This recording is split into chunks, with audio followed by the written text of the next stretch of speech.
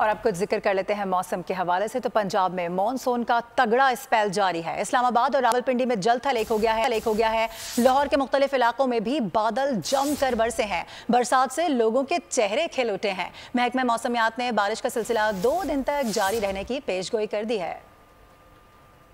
काली घटाएं, ठंडी हवाएं, मुल्क में मानसून का धुआंधार स्पेल जारी। इस्लामाबाद में गरज चमक के साथ मूसलाधार बारिश। रावलपिंडी में भी बादल जमकर बरसे। नशेबी इलाके ज़ेरे आब आ गए। लाहौर में बारिश के बाद शहरियों के गर्मी से मुरझाए चेहरे खिल उठे। कई इलाकों में बिजली की सप्लाई भी मुतासिर हुई। मरी, जहलम, मुरीद के गुजरांवाला, अटक, वजीराबाद समेत पंजाब के मुतादिद शहरों में हल्की और तेज बारिश से गर्मी का जोर टूट गया। सड़कें नदी नालों का मंजर पेश करने लगी। NDMA ने नारोवाल और सियालकोट में हाई लेवल फ्लडिंग का खदशा जाहिर कर दिया। PDMA और मुकामी इंतजामिया को चौकस रहने की हिदायत की गई है।